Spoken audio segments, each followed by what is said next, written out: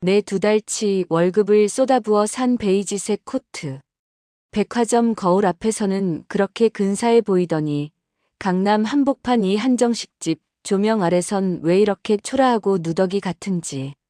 손바닥에 땀이 배어 축축해진 채로 남편 진호 씨의 옆자리에 앉아 있었습니다. 그때였습니다. 문이 열리고 첫 번째 폭탄이 터진 건 어머, 박 씨. 여긴 웬일이야? 오늘 회장님이 나랑 오붓하게 보자고 하셨는데? 우아한 척 금박 박힌 한복을 차려입은 최 여사님이 들어오자마자 이미 앉아있던 다른 여성을 향해 독서를 내뱉었습니다. 뒤따라 들어온 박 여사라는 분은 코웃음을 치며 맞받아쳤죠. 최 씨, 그 한복 또 입었어? 스티치 다 일어난 가방 들고 다니는 건 여전하네. 회장님이 생활비 좀 깎으셨나 봐. 머릿속이 하얘졌습니다. 상견례 자리인데 남편의 어머니라고 소개받은 사람이 2명. 서로를 최 씨, 박 씨라 부르며 눈을 부라리는 광경. 저는 떨리는 목소리로 옆에 앉은 진호 씨의 소매를 붙잡았습니다. 진호 씨, 이게 대체 무슨 상황이에요? 저분들은 누구고? 그냥 앉아 있어. 다 우리 어머니들이니까 인사나 잘 드려. 그 어머니들이라는 복수형이 내 심장에 비수처럼 꽂히던 그 순간 다시 한번 문이 거칠게 열렸습니다. 이번엔 화려한 밍크 코트를 어깨에 걸친 딱 봐도 제 또래로 보이는 젊은 여자가 아나무인으로 걸어 들어왔습니다. 아유, 언니들 다 모였네. 근데 거기 촌스러운 코트 입은 앤 누구야? 아, 이번에 진호가 데려온다는 그 애. 그 여자는 제 대답은 듣지도 않은 채 제 옆자리를 꿰차고 앉더니 시아버지가 선물했다는 다이아 반지를 보란듯이 만지작거렸습니다. 제 나이 34. 그 여자도 34이었습니다. 야, 너 멀뚱히 있지 말고 물 좀 따라봐. 내가 내 시아버지랑 곧 도장 찍을 사람이니까 이제부터 어머님이라고 불러야 하는 거 알지? 잔을 던지듯 내미는 그 여자의 손앞에서 저는 석상처럼 굳어버렸습니다. 모욕감에 입술을 깨물고 있는데 남편이 제 귓가에 입술을 바짝 밀착시키고 차갑게 속삭였습니다. 민정아, 참아. 아버지가 저 여자들한테 건물 한 채씩 떼어줄 때까지만 웃으라고. 그래야 나중에 우리한테도 국물이라도 떨어질 거 아냐. 알아들어? 그 순간 깨달았습니다. 이 방 안에 있는 사람들은 가족이 아니었습니다. 100억대 자산가인 시아버지를 두고 벌이는 추악한 전쟁터, 그리고 저는 그 괴물들의 수발을 들기 위해 끌려온 소모품일 뿐이었다는 걸요. 하지만 그들은 몰랐을 겁니다. 훗날 그들이 쓰레기통에 버린 제 친정 엄마의 목걸이가 어떻게 그들의 화려한 성을 무너뜨리는 불씨가 되었는지. 시어머니만 5명.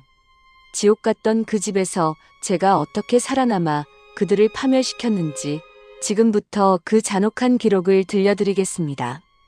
해시태그 시어머니만 5명. 건물주 시아버지의 막장 가계부. 제 이름은 박민정입니다. 32살 결혼한 지 딱 2해가 지났을 때의 이야기입니다. 지금 이 이야기를 꺼내는 것만으로도 손이 조금 떨립니다. 하지만 꼭 해야 할 것 같았어요. 저처럼 누군가 새벽에 마당에 쪼그려 앉아 혼자 울고 있다면 그 사람한테 들려주고 싶었거든요. 여러분, 시어머니가 5명이면 어떨 것 같으세요? 그냥 숫자로만 들으면 웃기죠. 저도 처음엔 그 말 자체가 불가능하다고 생각했습니다. 그런데 이건 제가 실제로 겪은 이야기입니다. 그것도 강남 한복판, 지하 2층짜리 주차장이 딸린 단독 건물 안에서 일어난 일이에요. 끝까지 들으시면 알게 되실 거예요. 그 집에서 가장 무서운 게 시어머니들이 아니었다는 걸. 제가 김진호 씨를 처음 만난 건 29살 봄이었어요. 광화문 근처 작은 카페에서 친구 소개로 만났는데 첫인상은 솔직히 별로였어요. 키가 크고 얼굴은 반듯한데 뭔가 눈빛이 좀 멀리 있는 사람 같달까요? 말하는 내내 폰을 3번이나 봤거든요. 근데 그게 당시엔 바빠 보이는 거라 생각했어요. 지금 생각하면 그때 그냥 일어났어야 했는데.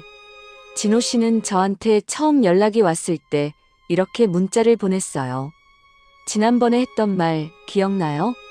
카페 창밖에 은행나무 노랗게 물들면 다시 만나자고 했잖아요. 저는 그런 말을 한 적이 없었어요. 근데 그 문자를 받고 한참을 웃었습니다. 거짓말이지만 낭만적이었거든요. 그렇게 만남이 시작됐고 1년 반 뒤에 결혼을 했어요. 처음 그 사람 집안 이야기를 들었을 때는 그냥 좀 복잡한 집이구나 정도였어요. 아버지가 재혼을 하셨어요. 지금은 좀 상황이 복잡합니다. 그렇게만 들었어요. 저는 그 말이 이혼 2번 하신 아버지, 뭐 그런 정도의 이야기인 줄 알았습니다. 그런데 막상 뚜껑을 열어보니 복잡한 게 아니라 그냥 다른 세계였어요. 결혼 전 상견례 날이었어요. 장소가 강남 신사동에 있는 한정식집이었는데 간판은 없고 예약만 받는다는 그런 데였어요. 입구부터 소나무 분재가 양쪽으로 늘어서 있고 직원이 손을 모으고 안내를 해줬어요. 저는 미리 2달치 월급으로 산 베이지색 코트를 입고 갔어요. 백화점 8층에서 2번이나 고민하다 산 거였는데 거기 가는 순간 왜인지 갑자기 그 코트가 초라하게 느껴지더라고요. 방에 들어서니 어머니가 앉아 계셨어요. 50대 후반으로 보이는 분이었는데 한복을 입으셨는데 그게 또 그냥 한복이 아니에요. 명주에 금박이 들어간 한 벌에 몇백만 원은 할 것 같은 그런 한복이었어요. 저는 인사를 드렸어요. 어머니, 안녕하세요. 박민정입니다. 그분이 저를 위아래로 한번 훑어보시더니 이렇게 말씀하셨어요. 코트가 좀, 요즘 애들은 이런 걸 입나? 딱 그 한마디였어요.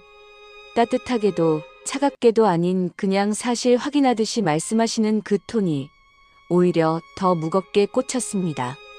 저는 속으로 그냥 첫 만남이라 낯설어서 그러시겠지 생각하며 자리에 앉았어요. 그분이 첫 번째 시어머니, 김 회장님의 2번째 부인이셨던 최 여사님이에요. 저는 나중에서야 시어머니 앞에 붙는 번호가 그렇게 늘어날 줄 몰랐습니다. 밥이 나오고 있었는데 갑자기 문이 열리더니 또 다른 여성 한 분이 들어오셨어요. 저는 진호 씨한테 눈빛으로 물었어요. 저분은 누구예요? 진호 씨가 아무렇지 않게 말했어요. 응, 다른 어머니야. 그분은 앉자마자 최 여사님을 향해서 말씀하셨어요. 최 씨, 오늘 그 한복 또 입었어요? 지난번 행사 때도 그거였잖아. 최 여사님이 차 한 모금 드시고 말씀하셨어요. 박 씨는 그 핸드백 몇 년 됐어요? 스티치가 다 일어났네. 저는 밥을 씹다가 그냥 멈췄습니다. 제가 지금 뭘 보고 있는 건지, 이게 상견례인지 링리인지 분간이 안 됐어요. 그때 진호 씨가 제 귀에 바짝 붙어서 속삭였어요. 민정 씨, 조용히 있어. 아버지 비위 잘 맞춰야 나중에 건물 한 채라도 떨어지거든. 저는 그 말을 들은 순간 밥맛이 뚝 떨어졌어요. 그냥 음식을 삼키는 게 아니라 뭔가 꾸역꾸역 넘기는 느낌이었달까요. 시아버지 김 회장님은 식사 중간에 나타나셨어요. 65세인데 명품 시계, 명품 벨트, 명품 구두. 딱 봐도 입고 계신 게 전부 수천만 원어치였어요. 그분이 들어오시자마자 2분 시어머니의 눈빛이 동시에 바뀌었어요. 마치 무대 조명이 바뀌는 것처럼. 김 회장님이 저를 보시더니 대뜸 이러셨어요. 자네가 민정이야? 인상은 착한데 몸이 좀 여리구만.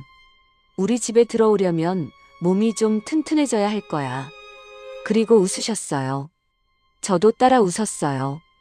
그게 칭찬인지 아닌지 판단도 못한 채로.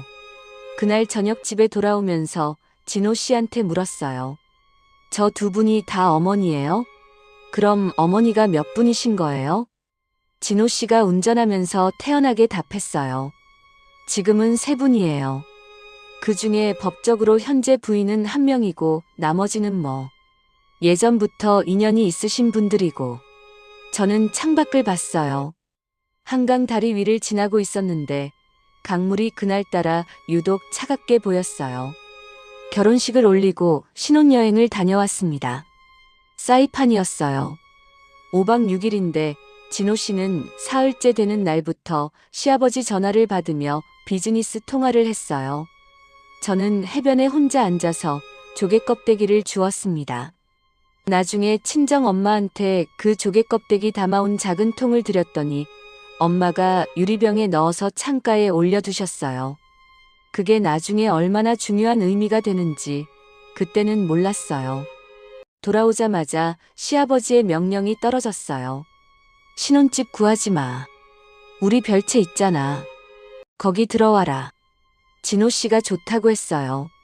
저는 아직 한마디도 못했는데 진호 씨, 저도 의견을 말할 수 있지 않아요? 진호 씨가 저를 보면서 말했어요. 민정 씨, 아버지가 얼마짜리 건물을 갖고 계신지 알아요? 그 별채도 평당 얼마인지 알아요? 이런 건 감사히 받는 거야. 저는 그 말을 들으며 처음으로 이 사람이 어떤 사람인지 선명하게 보였어요. 근데 그때도 저는 그래도 내 남편이니까라고 생각했어요. 그게 가장 오래 저를 가뒀던 생각이었어요. 이삿날이었어요. 이삿짐 차가 오전에 왔고 저는 박스를 풀고 있었어요. 근데 오후가 되자 처음 보는 여성 한 분이 안방에 들어오셨어요. 아무 말도 없이 들어와서 방을 휙 둘러보시더니 이러셨어요. 이 커튼 무슨 색이야? 내가 원래 여기 쓰던 커튼은 아이보리였는데 그거 어딨어?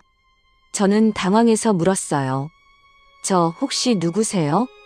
그분이 당연하다는 듯이 말씀하셨어요. 나, 이 집 회장님 셋째 부인이지. 그냥 셋째 어머니라고 부르면 돼. 그리고는 제 박스 위에 아무렇지 않게 손가방을 올려놓으셨어요. 저는 그날 밤 진호 씨한테 물었어요. 진호 씨, 셋째 어머니는 여기 사세요? 진호 씨가 말했어요.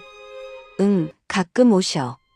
아버지가 세 분한테 다 이 집 열쇠를 드렸거든. 저는 그 말을 듣고 잠을 이루지 못했어요. 내 집인데 내 집이 아닌 느낌.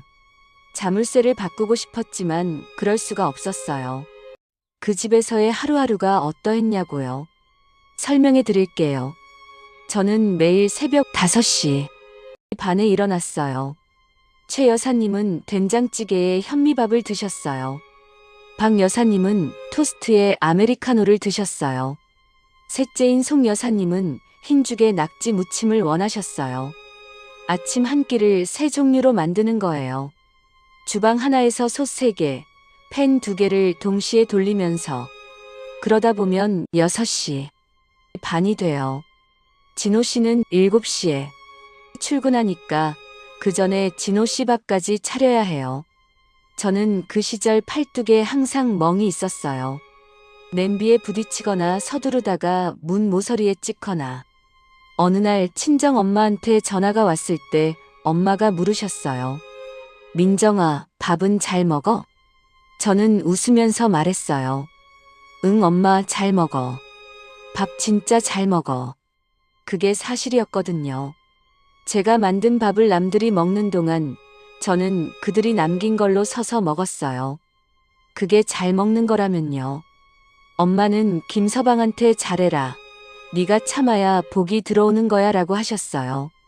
그리고 마지막에 기침을 하셨어요. 항상 기침을 하셨거든요. 저는 그 기침 소리가 마음에 걸렸어요. 하지만 제 상황을 말하면 엄마가 걱정하실까봐 괜찮다고만 했어요. 그 집에서 처음으로 완전히 무너졌던 날이 있어요. 11월 초였어요. 시어머니 3분이 한자리에 모이는 날이었는데 그날 제게 김장을 시키셨어요. 500포기요.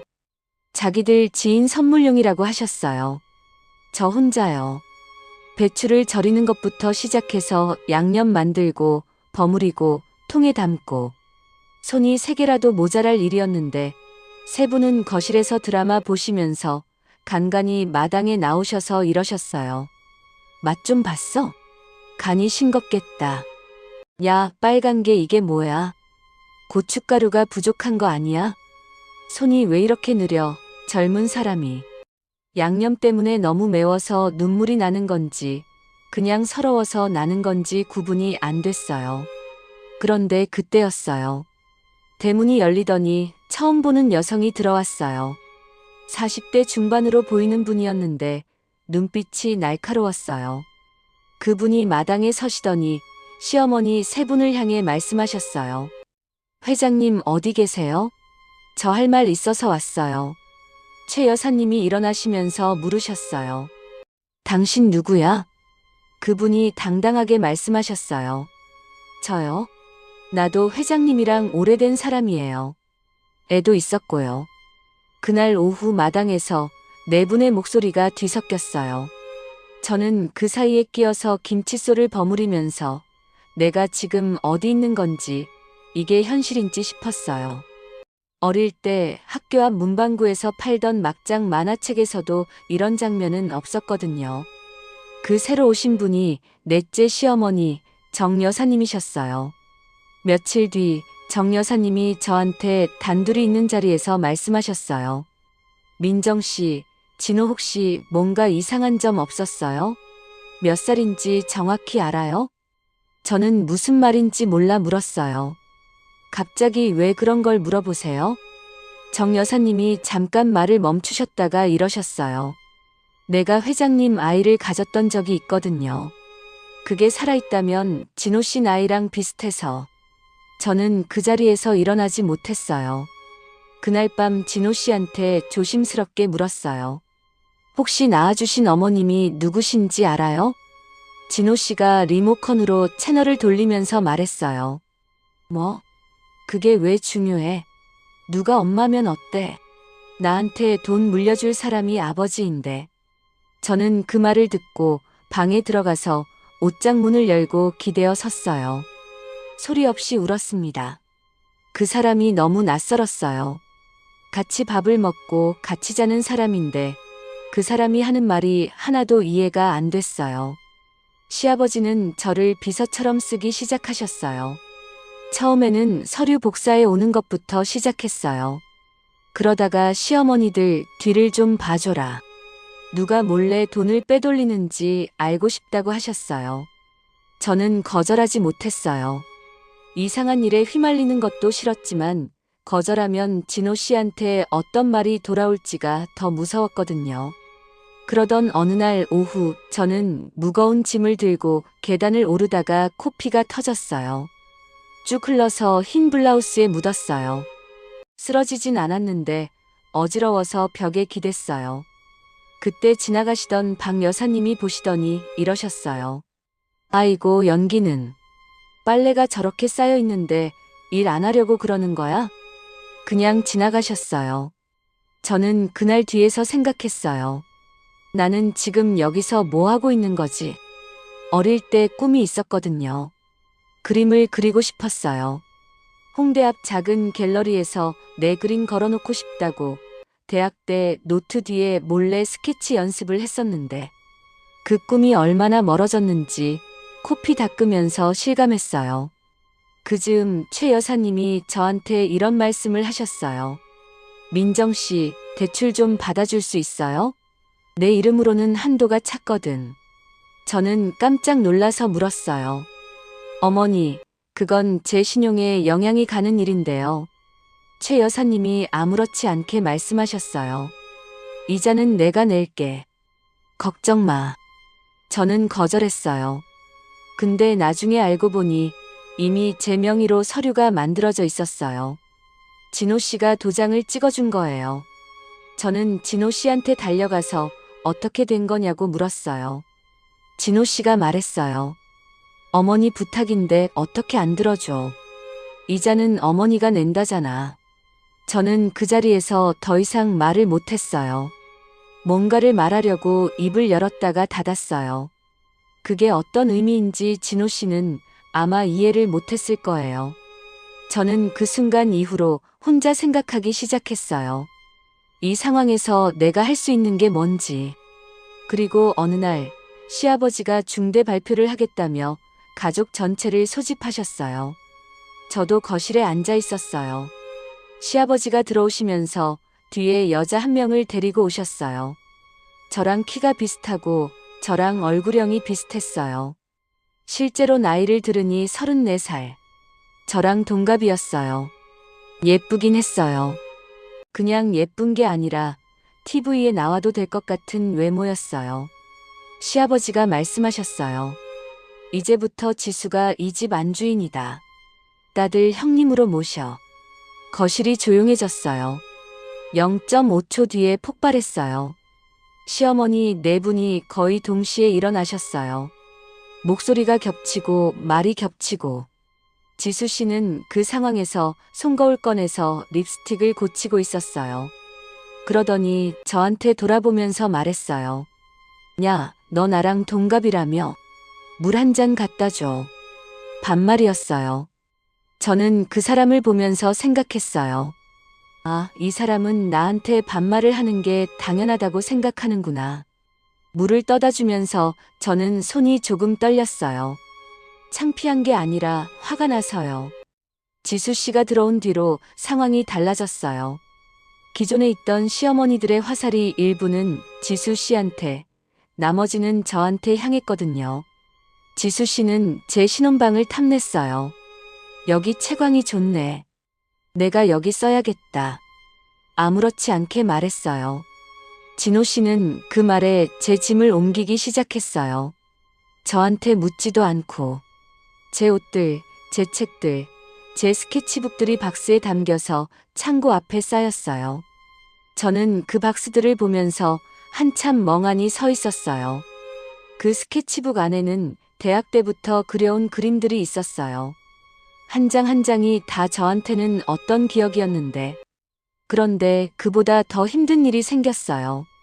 친정 엄마가 사이판에서 가져온 조개 껍데기를 담아두신 작은 유리병. 그게 어느 날 제 서랍에 없어진 거예요. 찾다가 보니까 지수 씨 방 쓰레기통에 들어있었어요. 목걸이 하나가 같이 있었어요.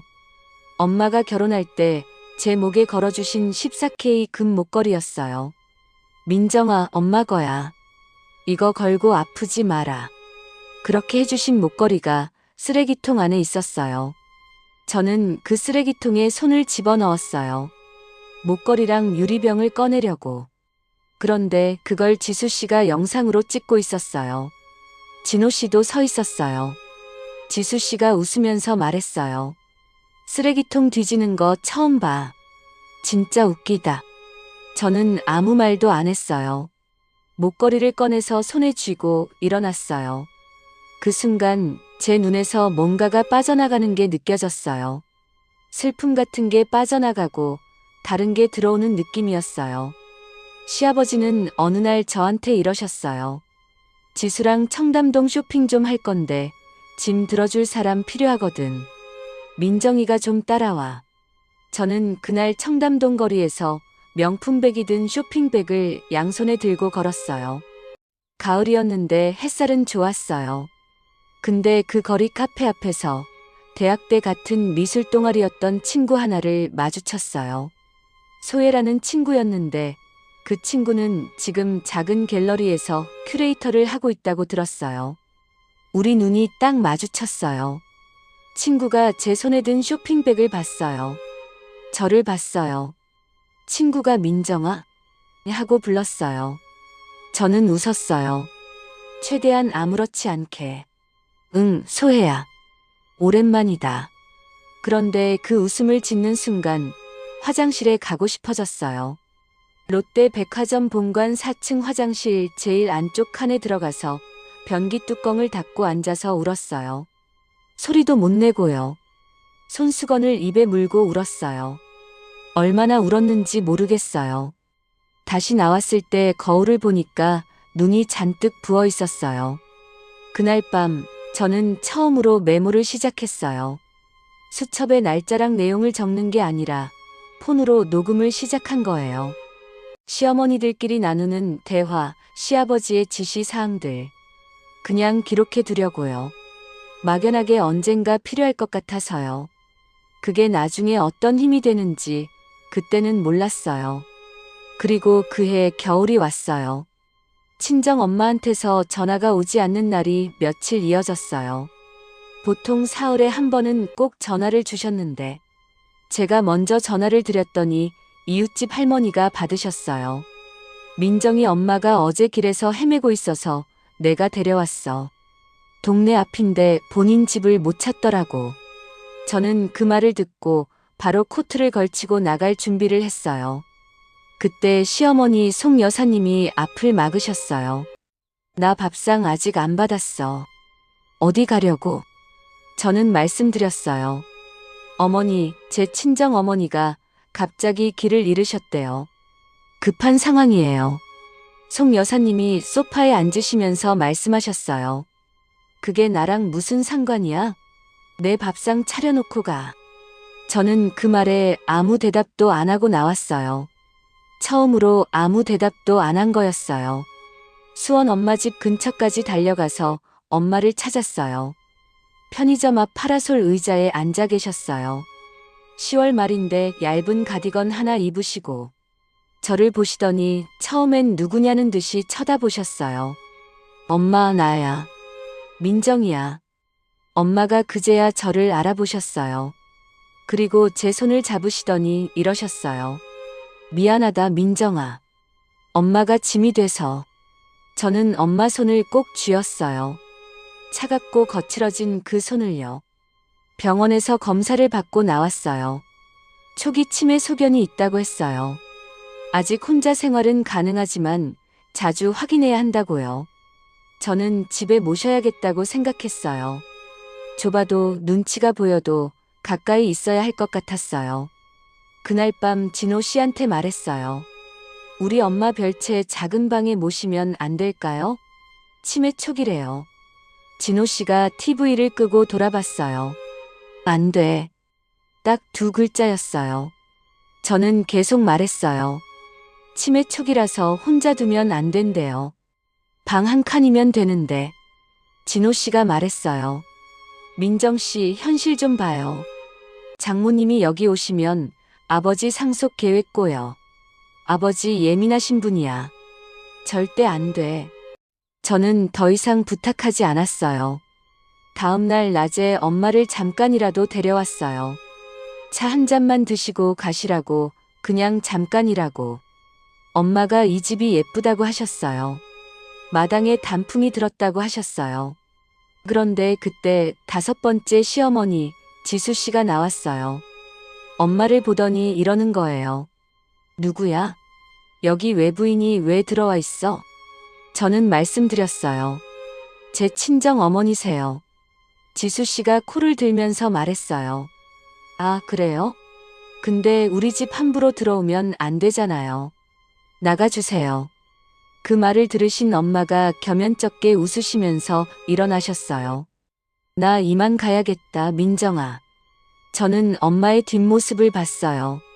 좁은 대문을 나가시는 그 뒷모습을. 그 순간부터 제 안에서 무언가가 결정됐어요. 딱 선을 그은 것처럼. 더 이상 참는 게 아니라 준비를 해야 할 때가 됐다고. 저는 그날부터 달라졌어요. 겉으로는 여전히 똑같이 밥을 하고 빨래를 걷고 짐을 들었어요. 근데 속으로는 차곡차곡 쌓기 시작했어요. 녹음 파일들, 통장 사진들, 대화 기록들. 최 여사님이 어느 날 전화로 부동산 업자한테 이야기하는 걸 들었어요. 시아버지 명의 건물을 자기 아들 이름으로 넘기는 방법을 묻고 있었어요. 저는 그 방 창밖에 서서 폰을 켜고 소리를 담았어요. 박 여사님이 어느 날 시아버지 법인 카드로 개인 해외여행을 결제한 영수증을 발견했어요. 저는 그걸 사진 찍어서 따로 폴더에 넣어뒀어요. 이 파일들이 무기가 될 거라는 생각을 했어요. 언제 쓸지는 몰랐지만 그냥 계속 담았어요.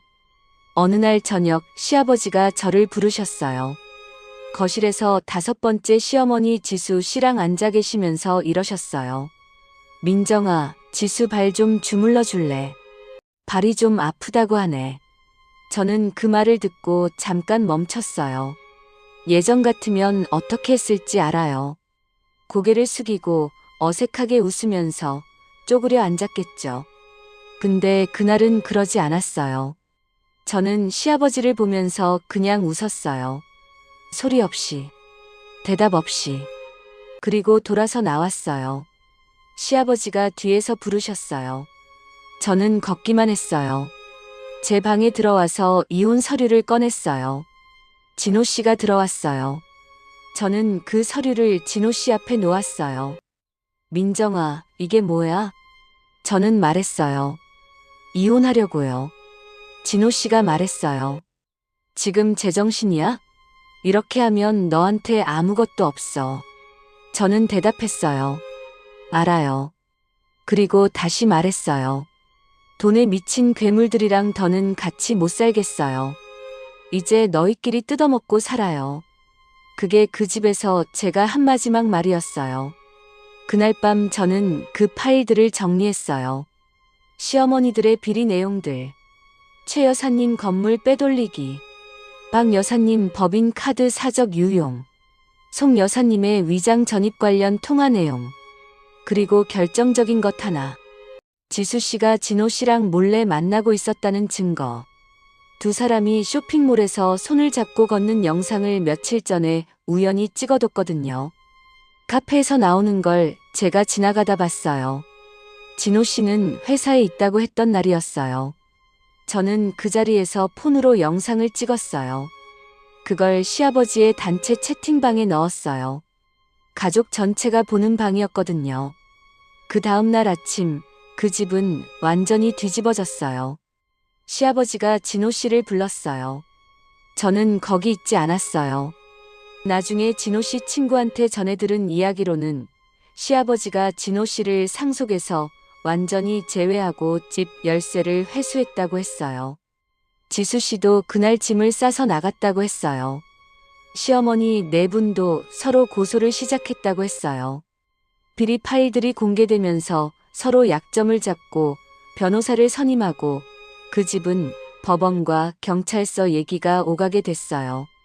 시아버지는 충격을 받으셨는지 몸이 안 좋아지셨다는 이야기를 들었어요. 그런데 그분 곁에는 그때 아무도 없었다고 하더라고요. 시어머니들은 귀중품만 챙겨서 나갔고 진호 씨도 없고 저는 그 이야기를 들으면서 안타깝다는 생각이 들었어요. 그분이 나쁜 분이어서가 아니라 그렇게 많은 사람들에 둘러싸여 살았는데 정작 아플 때 혼자였다는 게 그게 어떤 의미인지 그분은 아셨을까요? 몇 달 뒤 진호 씨한테서 연락이 왔어요. 만나자고 했어요. 저는 나갔어요. 진호 씨는 많이 수척해져 있었어요. 예전에 늘 말끔하게 입고 다니던 사람이 구깃구깃한 패딩을 입고 있었어요. 민정 씨 미안해요. 내가 잘못했어요. 다시 시작하면 안 될까요? 저는 그 사람을 봤어요. 진심인지 아닌지 사실 그게 중요하지 않았어요. 저는 차를 탔어요. 그리고 창문을 닫고 그냥 출발했어요. 백미러로 진호 씨가 서 있는 모습이 보였다가 사라졌어요. 섭섭하지 않았어요. 그냥 이제 됐다는 생각만 했어요. 저는 지금 경기도 양평에서 엄마랑 살고 있어요. 2층 작은 주택인데 마당이 있어요. 마당에 텃밭을 만들어서 방울토마토를 심었어요. 엄마가 물을 주는 걸 좋아하세요. 약을 드시고 꾸준히 관리하시니까 많이 안정이 되셨어요. 기억이 가끔 흐려지실 때가 있지만 저를 알아보실 때가 훨씬 많아졌어요. 그것만으로도 충분해요. 위자료와 제보 보상금으로 작은 자금을 만들었어요.